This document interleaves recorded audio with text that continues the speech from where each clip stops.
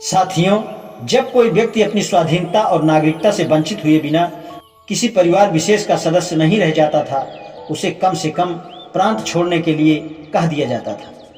उदाहरणार्थ, जब एक स्वतंत्र नागरिक जबरदस्ती किसी अन्य के अधिकार में पहुंच जाता था या किसी का गुलाम बने बालक की उसकी दास्ता से उसका पिता उसे वैधानिक रूप से मुक्त करा लेता था। नागरिकता मूल रूप से जन्म से प्राप्त होती है।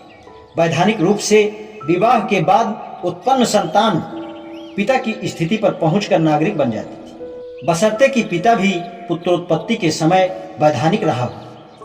यदि नागरिकता प्राप्त ना हो तो संतति को माता की स्थिति मिलती थी। ऐसी परिस्थिति से उत्पन्न होने पर दास भी नागरिकता प्राप्त कर लेता था। यह नियम इलियसेंट्रिया और जूलिया नोरवाना विद्वानों द्वारा संशोधित किए गए।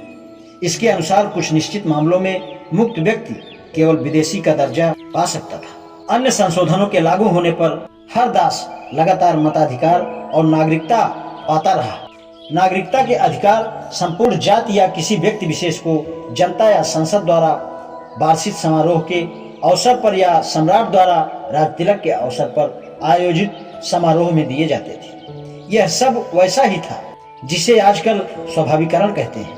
रोमन विधान में किसी व्यक्ति की स्थिति ऐसी हो सकती थी और नहीं भी, जिसका अभिप्राय होता था कि नागरिकता के अधिकार के साथ ही राजनैतिक अधिकार अर्थात मताधिकार और प्रशासनिक पद प्राप्ति का अधिकार, राजनैतिक अधिकार कानून की दृष्टि में सम्मानित होने पर निर्भर करता था। रोमन नागरिक का पूत या एग्जिस्टमैसियो दोनों प्रकार के हो सकते थे। दूसरी ओर रोमन का निवासी नागरिकता के अधिकारों से वंचित होने की राजनैतिक अधिकारों से वंचित हो सकता था। राजनैतिक अधिकारों की प्राप्ति के लिए कानून की दृष्टि में सम्मानित व्यक्ति होना जरूरी होता था। केवल नागरिकता प्राप्त व्यक्ति राजनैतिक अधिकार नहीं प्राप्त कर सकता था। दो स्थितियों में राजनैतिक अधिकार प्राप्त हो सकते थे: स्वाधीनता खत्म होने पर या अपराधी सिद्ध होने के बाद दंड भुगतने पर। स्वाधीनता की समाप्ति पर राजनैतिक अधिकार पूर्णतः समाप्त हो जाते थे। अपराध की गंभीरता के अनुसार राजनैतिक अधिकार में अंतर पड़ता था। जब अपराध गंभीर होता था तब राजनैतिक अधिकार की समाप्ति को इन्फेमिया कहते थे। साधारण अपराध दुरा पुटुलो कहा जाता था।